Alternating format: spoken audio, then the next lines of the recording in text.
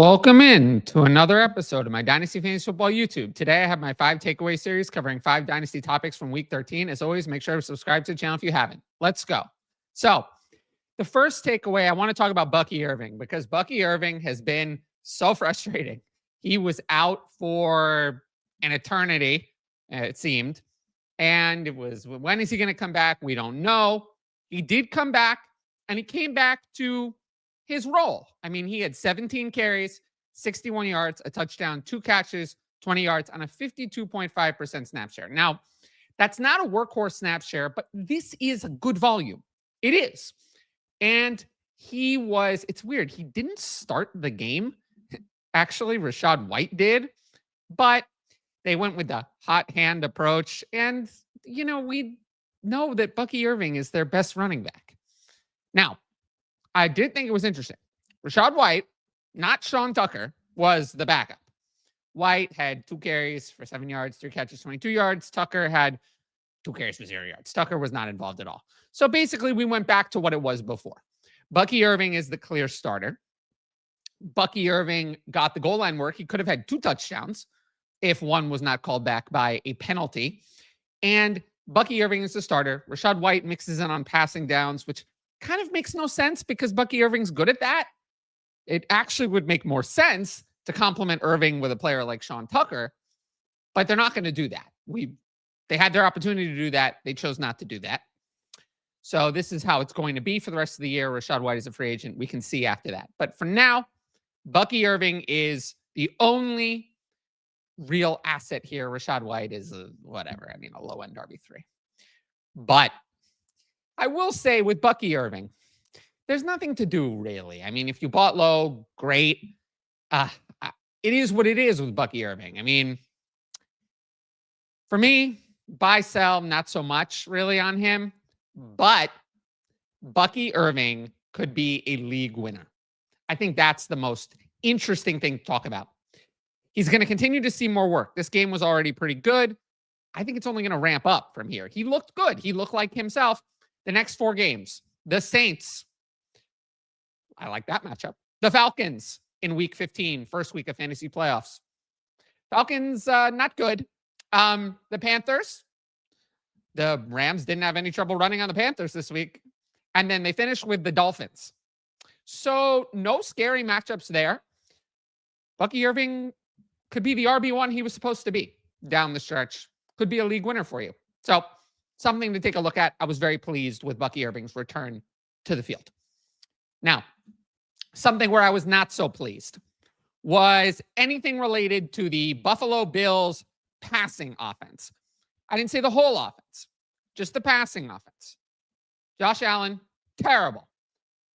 15 of 23 for 123 yards, touchdown, interception, 5.3 yards per attempt. This is understating how bad he was. He was awful. It wasn't good.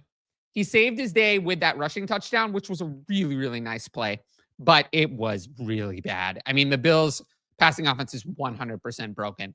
James Cook had 32 carries for 144 yards on the ground and somehow also was the leading receiver with 33 yards. Ty Johnson was leading in targets. James Cook leading in receiving yards. No receiver had more than 3 catches at all. So total disaster. The 2 players who were supposed to produce at wide receiver going into the year, Khalil Shakir, invisible, nowhere to be found. Keon Coleman did have that touchdown. These 2 totaled 3 catches for 14 yards on 7 targets. Unacceptable. Of the 2, I mean, they're both bad. I mean, Shakir at least has had some good games. He hasn't really stepped up. He's been kind of what he is. Coleman, it's been rough. Dalton Kincaid, though, I mean, maybe you don't miss him until he's gone. Because I will say the decline in the passing offense has coincided with the removal of Kincaid. Kincaid was out with hamstring injury. Dawson Knox is not Kincaid. It's like trying to replace Colston Loveland with Cole Kmet. It's even worse than that, actually. And it was not good.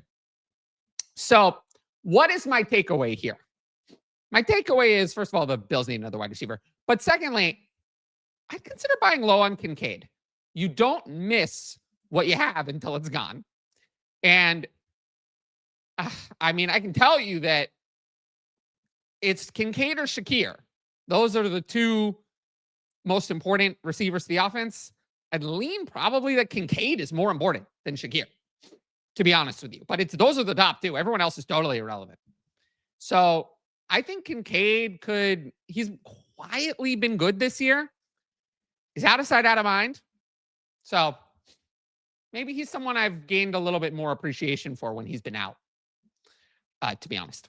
Now, the next takeaway. Brian Thomas, he returned, but it was not good. It was not good. And at this point, this is a lost year for Brian Thomas. Thomas had 2 catches, 28 yards on 3 targets in his first game back from the high ankle sprain. Not good. Not good. The Jaguars blew out the Titans, but I don't want to use that as an excuse because the production was there for other players. Meyers, 6 catches, 90 yards, a touchdown on 6 targets. Brenton Strange, also a touchdown, 3 catches, 45 yards on 4 targets. Trevor Lawrence, not really the issue in this game. He had a fine day. I mean, 8.5 yards per attempt, 2 touchdowns, 229 yards. Plenty of production there for receivers to produce. It's not like Trevor Lawrence was horrible and made everything terrible. It was a Brian Thomas problem. Parker Washington was even out for most of the game, so there's no excuse. Now, at this point, you have to think about 2 separate things. Is Brian Thomas going to turn it around this year? The answer to that's probably no. It's probably no. I do not think Brian Thomas is going to turn it around this year. Meyers is the one I would want if I had to pick a Jaguars wide receiver for the rest of the season. It's Washington is not it. So it's Meyers if I had to pick one. Now, can a receiver who had like 1,287 yards, 87 catches as a rookie now just be bad? That is so hard to believe. That would fly in the face of everything that we've ever seen. It would be a 20-year outlier for someone who was that good as a rookie to just be bad. There hasn't been one to be that level of good and then be bad. That has never happened in the Dynasty era. So for me, it's going to be impossible to convince me that Brian Thomas is bad. I don't know what's wrong. I don't know if he's hurt. I don't know if it's a problem with the coaching staff. I don't know if there's a problem between him and Trevor Lawrence, something more than just the play on the field. I don't know, but I do know that the odds that a first-round good prospect wide receiver who was highly productive as a rookie now just became bad are slim to zero. So something's wrong. I don't know what that is. I'm hoping that whatever it is, it's corrected, but I'll definitely not be selling Brian Thomas. I'd only be considered buying low. But at this point, I don't think it's going to turn around this year. When I'm talking about buying, I'm not talking about buying for the stretch run. I'm talking about buying for next year. So just keep that in mind. Now, if you like my YouTube content, you should sign up for the Patreon. I'm offering a 50% discount off your first month at all tiers using code Tyler50. You can sign up in the link in the top right corner, patreon.com/fantasyadvice. Type in that code at checkout for 50% off your first month. You can get all my rankings, including weekly start sit, my Dynasty rankings, access to Discord, all my write-ups, Patreon-only videos, direct message fantasy advice, and the ability to ask in advance questions for the YouTube videos, which will be at the end of every video, including this one.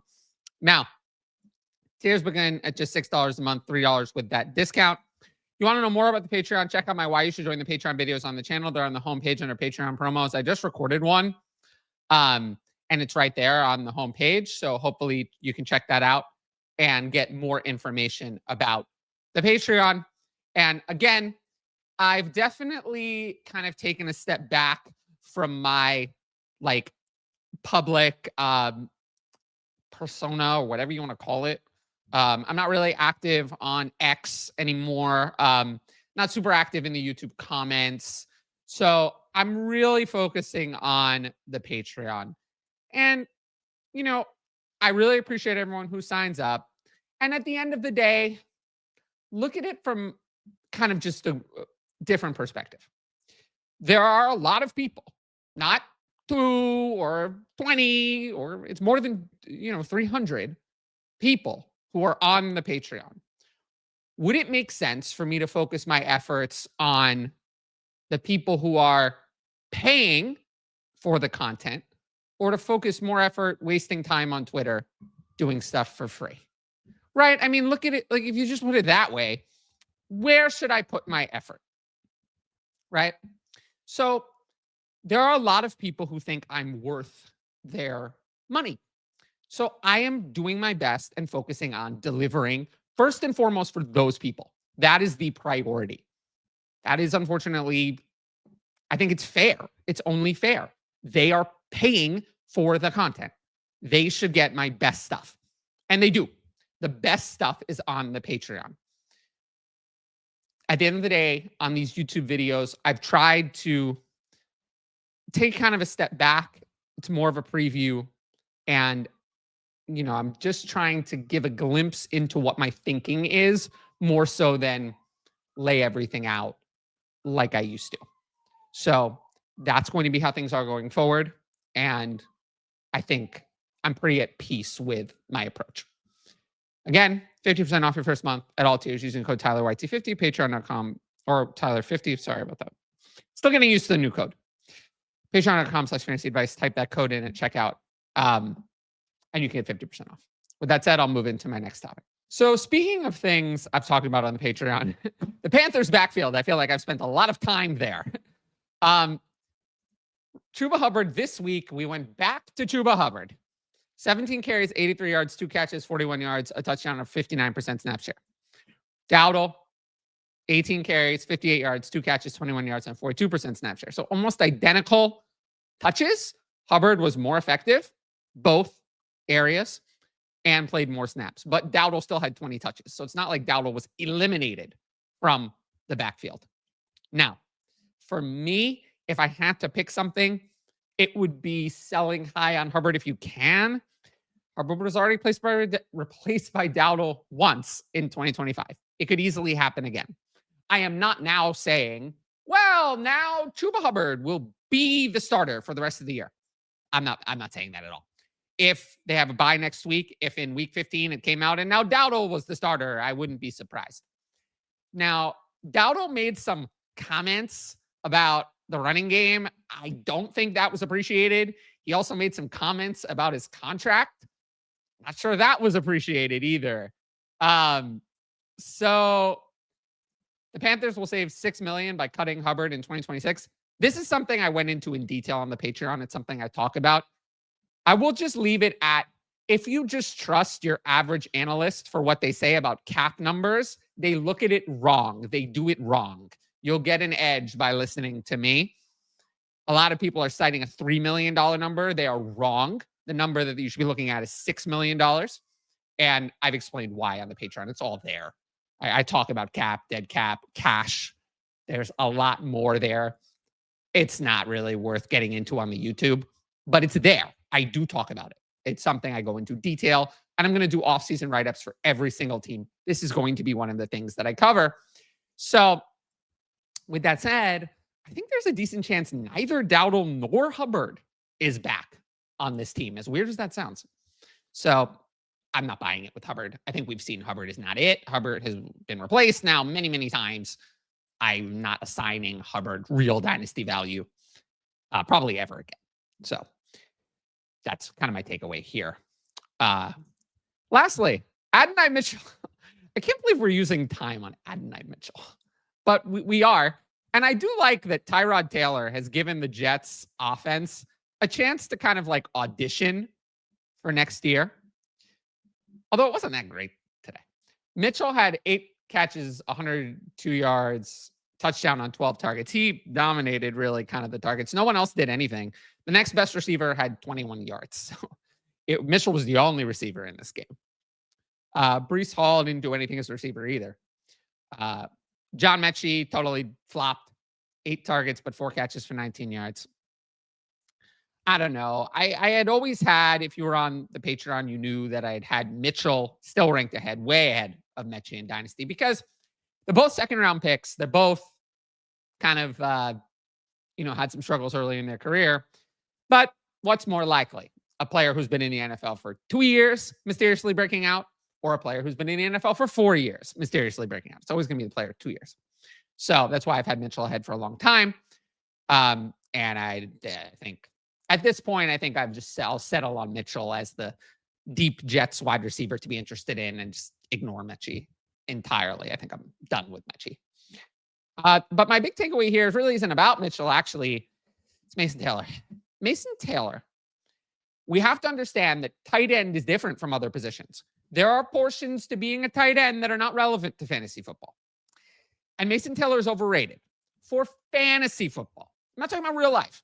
I think Mason Taylor, nice pick, nice asset at the tight end position. But we have to consider, is Mason Taylor really going to earn targets?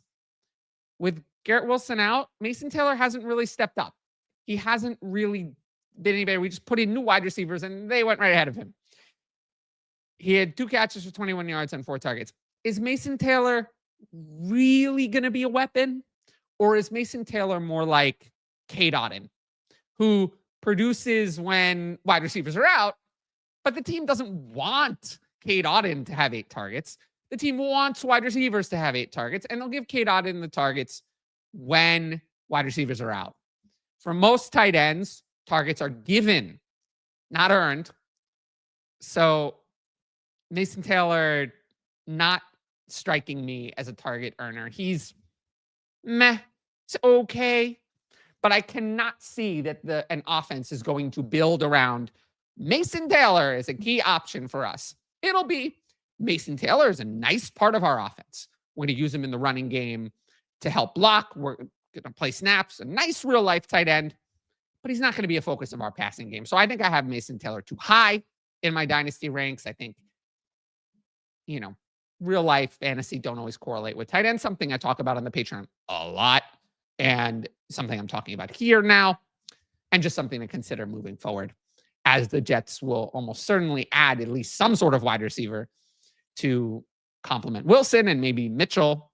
There'll be a third wide receiver probably somewhere in between Wilson and Mitchell in terms of quality, which will push Taylor down the target pecking order. Okay, so we'll do some Patreon questions and then I'll wrap up the show.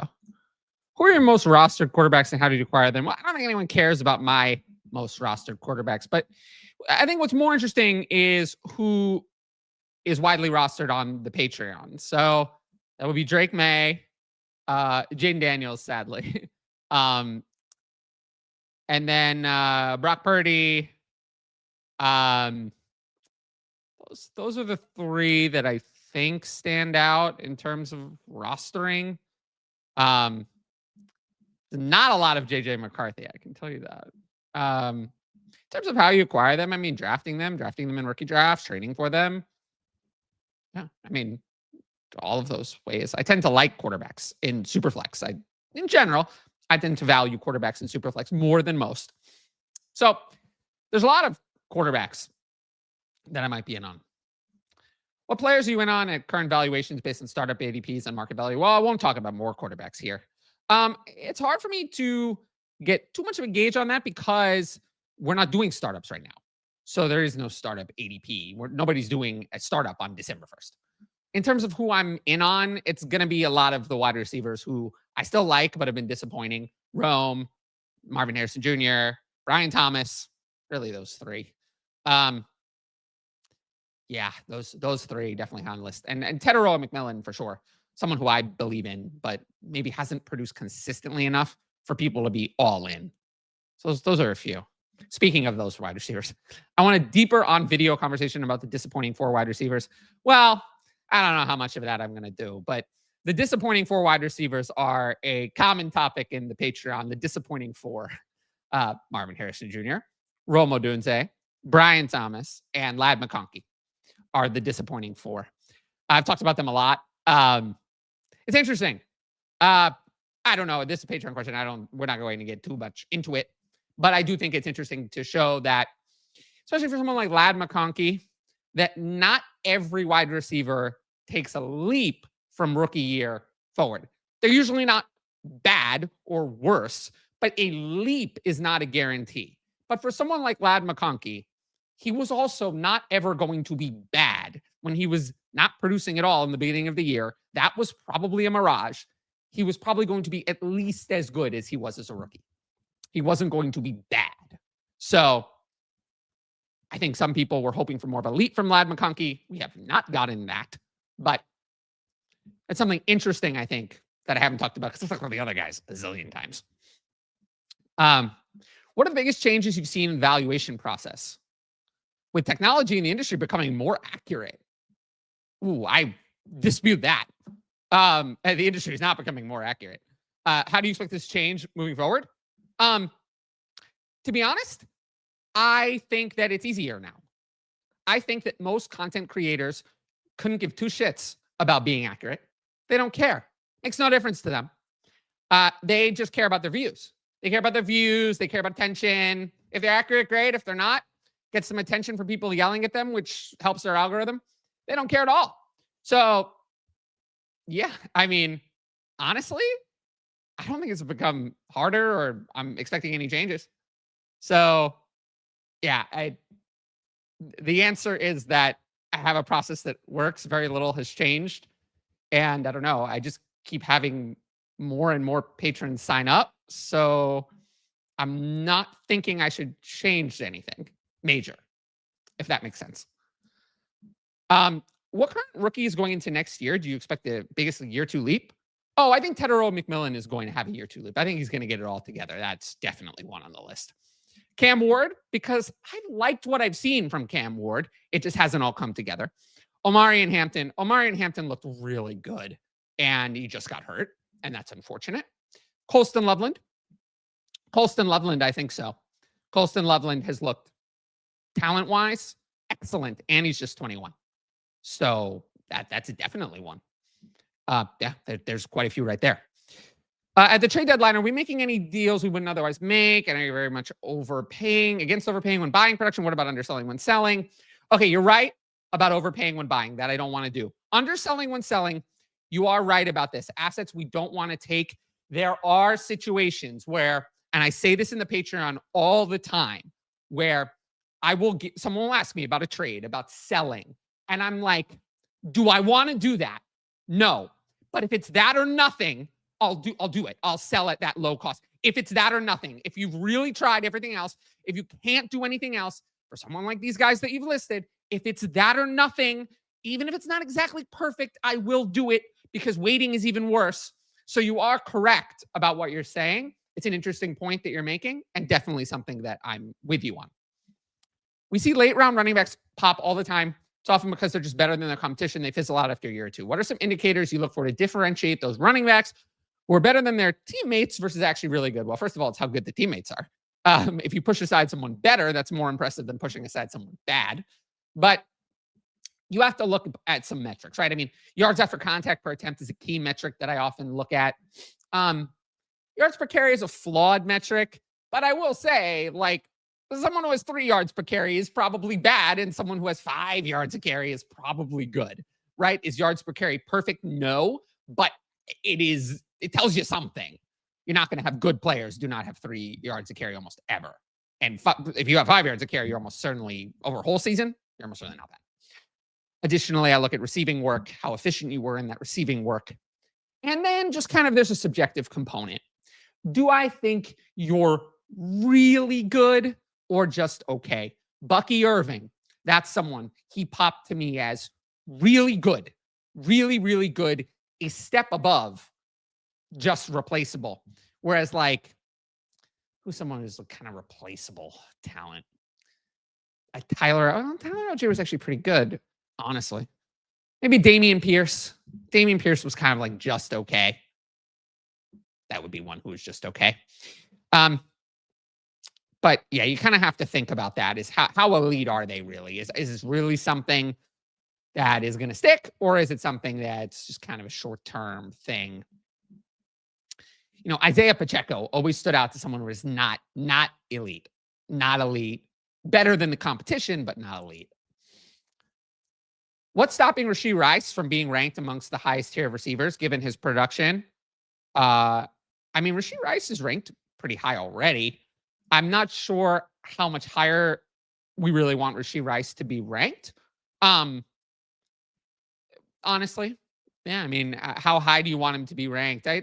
Is Rashee Rice a top 5 wide receiver talent in the NFL? No, I don't think so.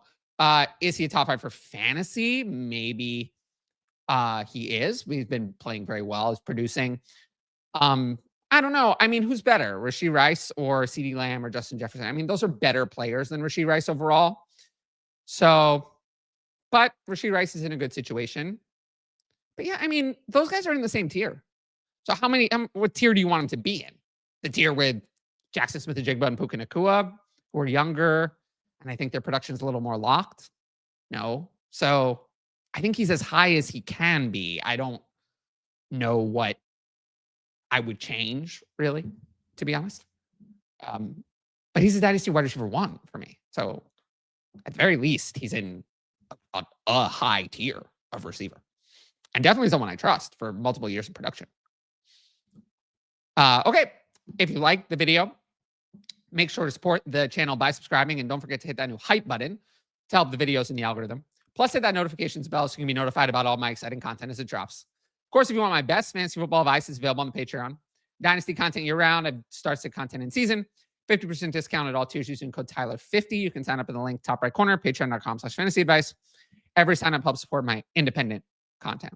But once again, thanks for watching, and I'll see you all